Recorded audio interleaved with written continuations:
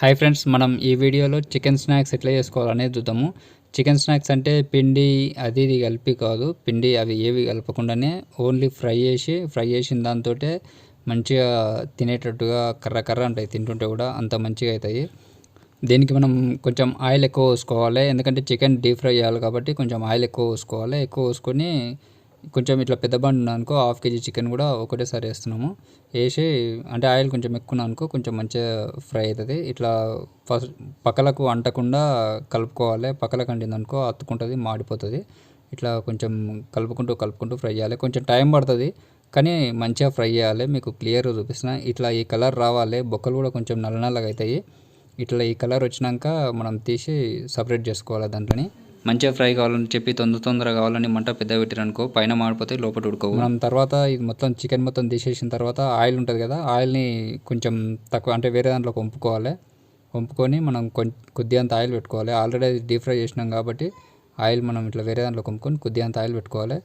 దాంట్లో ఒక onion cut చేసుకొని వేసుకోవాలి. కొంచెం సన్నగా కట్ చేసుకోవాలి ఆనియన్తో పాటు కొద్దిగా అంత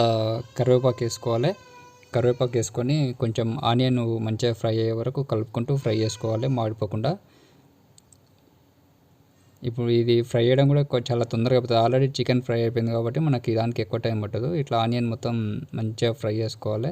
ఆనియన్ ఫ్రై అయిన తర్వాత అందులో అల్లం వెల్లిగడ్డ పేస్ట్ 1 టీ స్పూను, పసుపు 1/2 టీ స్పూన్ వేసుకొని మళ్ళీ ఒక 2 నిమిషాలు కలుపుకుంటూ ఫ్రై చేసుకోవాలి.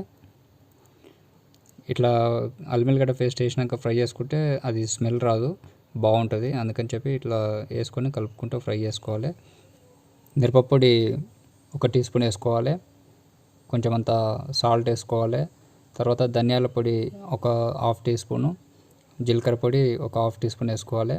ఇవి వేసుకుంటే కొంచెం టేస్ట్ మంచిగా ఉంటుంది. దానికోసం అని చెప్పి జీలకర్ర పొడి ఒకవేళ ఉంటే వేసుకోండి, లేకపోతే ఆప్షన్ అది. ఉంటే మాత్రం వేసుకోండి. ఇట్లా ఇది వేసిన తర్వాత ఒక 2 నిమిషాలు మనం కలుపుకుంటూ ఫ్రై చేసుకోవాలి. ఎక్కువసేపు పెట్టినామనుకో మిరపపొడి ఇంతగా మాడిపోతుంది. జస్ట్ ఒక 2 నిమిషాలు ఫ్రై చేసుకున్న తర్వాత మనం ఆల్రెడీ ఫ్రై చేసుకున్న చికెన్ ముక్కలు వేసుకొని మొత్తం కూడా మంచిగా కలపాలి. ఎందుకంటే అవి ముక్కలు ఒట్టి ఉన్నాయి, కింద మనం ఆల్రెడీ ఆనియన్ అది కూడా ఒట్టి ఉంది కాబట్టి కొంచెం మంచిగా కలపాలి.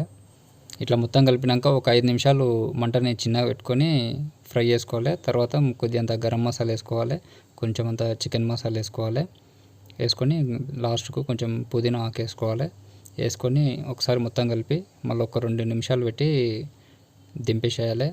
ఇది అన్నంలకు రొట్టెల మీదకి అట్లా కాకుండా మామూలుగా స్నాక్స్ లాగా తినొచ్చు. కొంచెం కారం తక్కువ వేసుకుంటే పిల్లలు కూడా తినొచ్చు. ఫ్రెండ్స్, మీకు వీడియో నచ్చితే లైక్ చేయండి. Thank you.